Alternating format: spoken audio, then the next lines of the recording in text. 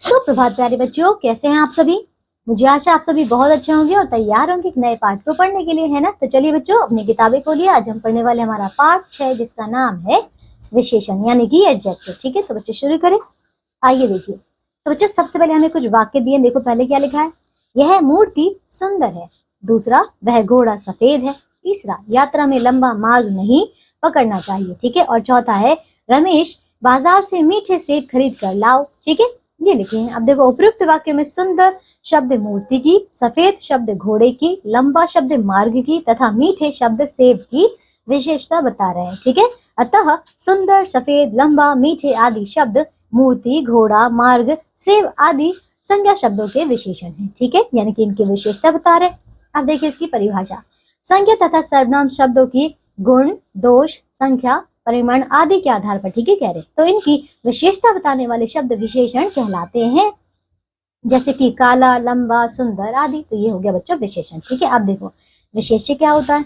जिसकी विशेषता बताई जाती है उसे विशेष्य कहते हैं, अर्थात संज्ञा और सर्वनाम शब्द विशेष्य कहलाते हैं। ठीक है, जैसे कि बच्चों माधुरी सुंदर है, इस वाक्य में सुंदर शब्द विशेषण है और माधुरी शब्द विशेष्य है। ठीक है, तो बच्चों यहाँ पे समझ आ गए, ये होता है विशेष्य। आप देखिए यहाँ पे विशेषण 5 प्रकार के होते हैं। देखो विशेषण के 5 प्रकार हैं। पहला गुणवाचक, संख्यावाचक, परिमाणवाचक, संकेतवाचक और व्यक्तिवाचक। ठीक है, आइए एक एक करके पढ़े बच्चों। तो पहला है गुणवाचक यानी कि एडजेक्टिव ऑफ क्वालिटी। ठीक है, देखिए परिभाषा बच्चों इसकी, संज्ञा अथवा सर्वनाम शब्दों के गुण, दोष, स्वभाव आदि विशेषताओं का बोध कराने वाले शब्द गुणवाचक विशेषण कहलाते हैं, जैसे कि मीठा, अमरूद, पिछला समय, चौड़ा रास्ता, लाल रंग आदि। ठीक है, अब देखिए गुणवाचक विशेषण शब्दों के रूप। तो बच्चों पहला देखो यह है गुण। अब गुण में क्या क्या हो सकता है, जैसे कि बच्चों अच्छा, भला, सच्चा, झूठा, दानी, बुरा आदि। फिर दूसरा क्या, समय। तो समय के अनुसार बच्चों यहाँ पे हो सकता है वर्तमान, प्रातः, साय, दोपहर, प्राचीन आदि। फिर स्थान, जैसे कि लंबा, चौड़ा, विस्तृत, है ना। फिर ऊंचा, ऊंचा, नीचा आदि। फिर स्वाद में देखो खट्टा, तीखा, मीठा, नमकीन, कसैला आदि। फिर रंग में क्या हो जाएगा, पीला, नीला, लाल, काला, सफेद, है ना। फिर आकार में पतला, मोटा, लंबा, गोल, चपटा आदि। तो ये सारे इसके क्या है, हमारे विशेषण के रूप है ना। अच्छा, कुछ दशा में भी है, जैसे कि दुबला, पतला, सूखा, अमीर, गरीब, है ना। फिर दिशा में जैसे कि पूर्व, पश्चिम, उत्तर, दक्षिण आदि। समझ गए। अब देखो वाक्य दिया गया बच्चों पहला कि शीला का स्वभाव अच्छा है ना। दूसरा, मैं प्रातः घूमने जाता हूँ। तीसरा है दही खट्टा है। और चौथा है मोहन अमीर है। तो ये सारे हमारे गुणवाचक हैं। ठीक है, अब देखो बच्चों दूसरा है संख्यावाचक विशेषण यानी कि न्यूमरल एडजेक्टिव। ठीक है, देखिए इसकी परिभाषा है, संज्ञा व सर्वनाम शब्दों की संख्या का बोध कराने वाले शब्द संख्यावाचक विशेषण कहलाते हैं, जैसे कि 3 आदमी, 4 पुस्तकें, कुछ महीने, बहुत फल आदि। ठीक है, देखो तो संख्यावाचक विशेषण के भेद। ठीक है बच्चों, इसके 2 भेद होते हैं। पहला है निश्चित संख्यावाचक। तो बच्चों निश्चित संख्यावाचक के 4 भेद है। देखिए ये है, पहले है बच्चों गणनावाचक। गणनावाचक में जैसे कि बच्चों 4, 5, 10। ठीक है, क्रमवाचक में जैसे कि पहला, दूसरा, तीसरा। आकृतिवाचक में जैसे कि दुगुना, तिगुना। और समुदायवाचक में जैसे कि दोनों, तीनों, चारों। ठीक है, दूसरा से बच्चों अनिश्चित संख्यावाचक, जैसे कि कुछ, सब, बहुत। ठीक है, आइए अब एक एक करके नहीं पढ़ेंगे। तो पहला देखो निश्चित संख्यावाचक विशेषण।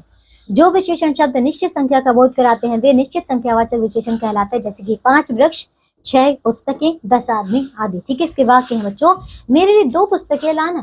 ठीक है, दूसरा है कक्षा में 25 छात्र हैं। और तीसरा है विद्यालय में 5 शिक्षक हैं। तो बच्चों इन सभी में हमें निश्चित संख्या का बोध कराया जा रहा है, तो यही है निश्चित। ठीक है, अच्छा दूसरा देखिए अनिश्चित संख्यावाचक विशेषण। जो विशेषण शब्द निश्चित संख्या का बोध नहीं कराते हैं वे अनिश्चित संख्यावाचक विशेषण कहलाते हैं, जैसे कि बच्चों थोड़ी सी चीनी, कुछ रुपए, सारे लोग आदि। ठीक है, अब इसका वाक्य देखो, जैसे कि मेले में बहुत आदमी थे। ठीक है, दूध में थोड़ी चीनी डालना, कुछ फल खा लो। ठीक है बच्चों, तो ये क्या है, अनिश्चित है क्योंकि इसमें बताया नहीं गया है। ठीक है, अब देखिए तीसरा भेद इसका परिमाणवाचक विशेषण यानी कि एडजेक्टिव ऑफ क्वांटिटी।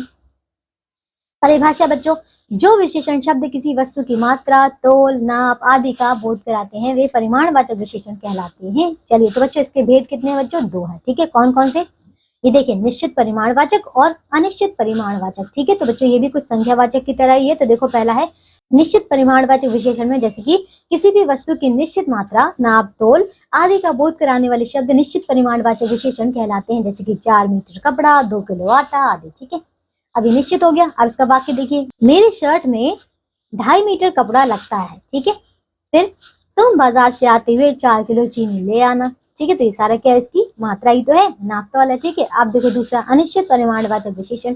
तो किसी वस्तु की निश्चित मात्रा का बोध नहीं कराने वाले शब्द अनिश्चित परिमाणवाचक विशेषण कहलाते हैं, जैसे कि थोड़ा सा जल, कुछ, कपड़ा आदि। ठीक है, अब चौथा देखो इसका संकेतवाचक विशेषण। ठीक है, यानी कि डेमोन्स्ट्रेटिव एडजेक्टिव। ठीक है, तो परिभाषा है, जो सर्वनाम शब्द किसी संज्ञा से पहले जुड़कर संकेत द्वारा उसकी विशेषता बताते हैं वे संकेतवाचक विशेषण या सार्वजनिक विशेषण कहलाते हैं। ठीक है बच्चों, जैसे कि यह आदमी, वह थोड़ा आदि। ठीक है, अब देखो इसमें जैसे इस वाक्य है, इसका वाक्य यह थोड़ा आदि। ठीक है, फिर उस जंगल में शेर नहीं है। ठीक है, तो ये क्या है, हमें संकेत किया जा रहा है। अच्छा, अब पांचवें देखो, व्यक्तिवाचक विशेषण यानी कि पर्सनल एडजेक्टिव। ठीक, तो परिभाषा है, व्यक्तिवाचक संज्ञा से बनने वाले विशेषण शब्द व्यक्तिवाचक विशेषण कहलाते हैं, जैसे कि कानपुरी, जयपुरी, अमेरिकी आदि। ठीक है, अब देखिए यहाँ पे विशेषण की अवस्थाएं। तो बच्चों इसकी 3 अवस्थाएं हैं, पहली है मूल अवस्था, फिर है मूल अवस्था यानी कि पॉजिटिव डिग्री, फिर उत्तरावस्था यानी कि कंपैरेटिव डिग्री, और तीसरा बच्चों उत्तम अवस्था यानी कि सुपरलेटिव डिग्री। ठीक है, आइए एक एक करके नहीं पढ़ते हैं। तो पहला देखिए मूल अवस्था क्या है। मूल अवस्था में विशेषण शब्द सामान्य विशेषण के रूप में ही होता है। ठीक है, जैसे कि बच्चों श्यामा सुंदर लड़की है, इस वाक्य में सुंदर शब्द श्यामा की सामान्य विशेषता को ही व्यक्त करता है। ठीक है, अतः यह विशेषण की मूल अवस्था, क्योंकि इसमें सिर्फ और सिर्फ एक ही बच्ची है। ठीक है, दूसरा देखो उत्तरावस्था, तो इसमें जब 2 व्यक्तियों अथवा 2 वस्तुओं में गुण दोषों के आधार पर तुलना की जाती है तो वह विशेषण की उत्तरावस्था कहलाती है। जैसे कि बच्चों मोहन सोहन से अधिक बुद्धिमान, तो बच्चों इसमें मोहन और सोहन की तुलना की जा रही है। दूसरा, जयपुर दिल्ली से अधिक सुंदर प्रदेश है, तो बच्चों यहाँ पे जयपुर और दिल्ली की तुलना की जा रही है। ठीक है, अब आगे देखिए इसका, तो अब इसके आगे बच्चों उत्तम अवस्था। ठीक है, तीसरा, तो जब 2 से अधिक व्यक्तियों या वस्तुओं में तुलना करके एक को सबसे अच्छा, ठीक है, सबसे अधिक या कम बताया जाता है तो यह विशेषण की उत्तम अवस्था होती है। ठीक है, तो बच्चों ये देखो, जैसे कि मोहन देश का सबसे अधिक क्या है बच्चों, धनवान व्यक्ति है, यानी कि सबसे ज्यादा अधिक। ठीक है, फिर दूसरा क्या है, जया सबसे अधिक सुंदर है, तो इसमें सबसे ज्यादा अच्छा बताया जा रहा है, तो यह है उत्तम अवस्था। ठीक है, अब देखो विशेषण की अवस्थाओं के रूप, चलिए नहीं पढ़ लेते हैं। तो बच्चों इस तालिका में देखिए, जैसे कि मूल अवस्था है सुंदर, तो इसका उत्तरावस्था हो जाएगा बच्चों सुंदरतर, और उत्तम अवस्था होगा क्या, सुंदरतम। ठीक है, अब आगे मधुर का मधुरतर और मधुरतम, उच्च का उच्चतर और उच्चतम, फिर विशाल का विशालतर और विशालतम, लघु लघुतर लघुतम, दीर्घ दीर्घतर और दीर्घतम, बलवान अधिक बलवान, सबसे अधिक बलवान, धनवान अधिक धनवान और सबसे अधिक धनवान। ठीक है, फिर बुद्धिमान तो